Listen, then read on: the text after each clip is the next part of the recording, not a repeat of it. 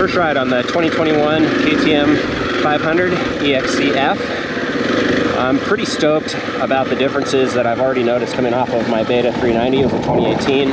Obviously this bike's a little bit bigger, so as you'd expect, it's got quite a bit more torque. It's very noticeable. I've already ordered the Vortex ECU and the FMF 4.1 pipe because I could tell right away that this bike's got potential.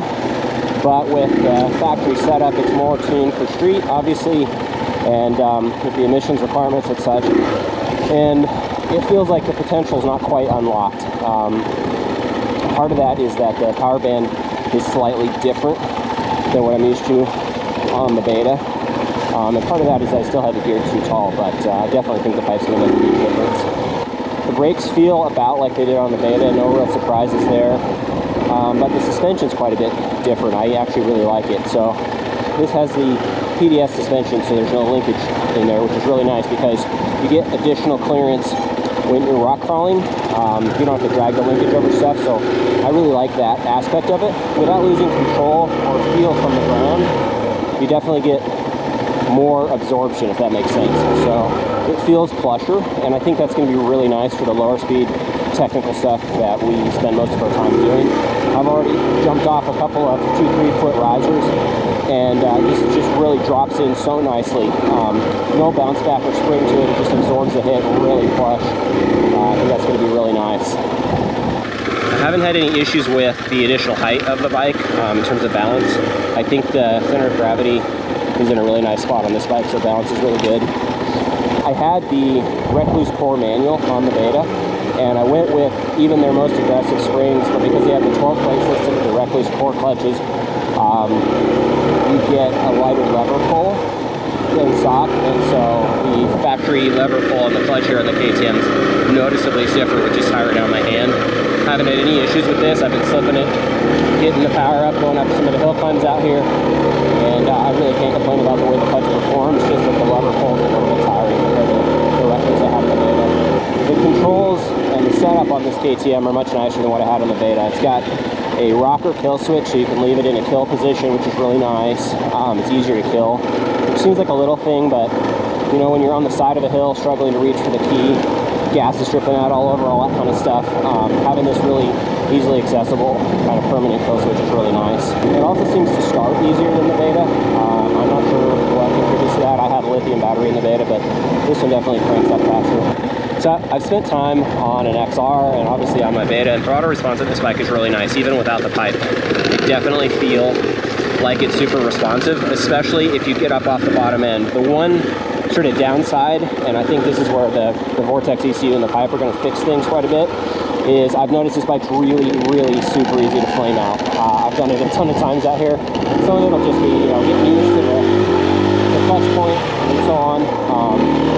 But it's just been really easy to flame out. I have noticed, however, that it pulls quite a lot harder. You get on a hill, and once you get it wrung out, there's so much more torque that I have had to adjust my riding just a little bit to keep the front end down on this bike. It doesn't feel as revvy as the Beta did, but it makes a ton more torque, and I think that with the ECU and the pipe, I'm going to get the revviness back into it while probably keeping the torque where it is, and I think that's going to be a fire-breathing drag, and I'm really pretty stoked to try that out because I think that'll really unlock this bike. You can just, every time you touch the throttle, the front end blips up. It's just such an impressive bike. Woo! Yeah, I mean, even without revving out the way that the Beta would tend to do, this thing, it just has so much power. It's just so incredible. Oh! Oh man, this thing is incredible.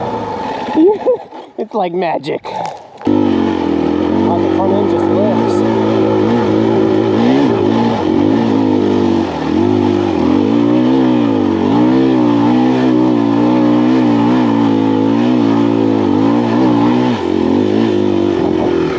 God, this thing's a monster. It's a fucking tractor. Woo! Plus the dirt. I'm sure it's all the dirt. Jesus.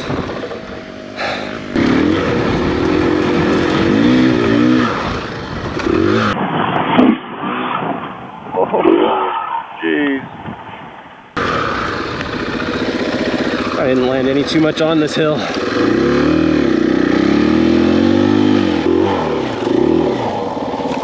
Hold on, I'm not an idiot. Yes, I am.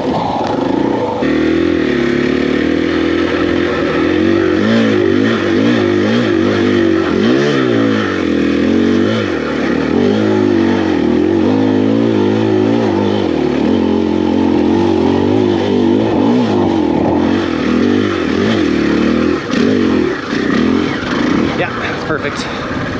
You just gotta get on it. Ah, oh, fucking flame out at the top. God damn this bike. The flame outs are so annoying. Gas, gas, gas. Yeah. Oh! Man, I thought you were gonna step off sideways.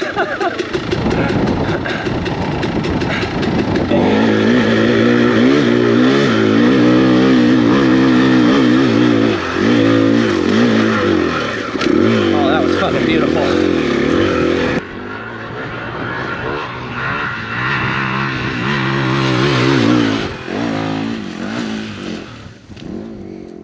So this hill, when I was first riding dirt bikes, I was on an XR600, an old 87 piece of shit, and I had hiking boots and street tires, and it was the middle of summer, and I eventually gave up and drove straight to Chaparral and bought gear.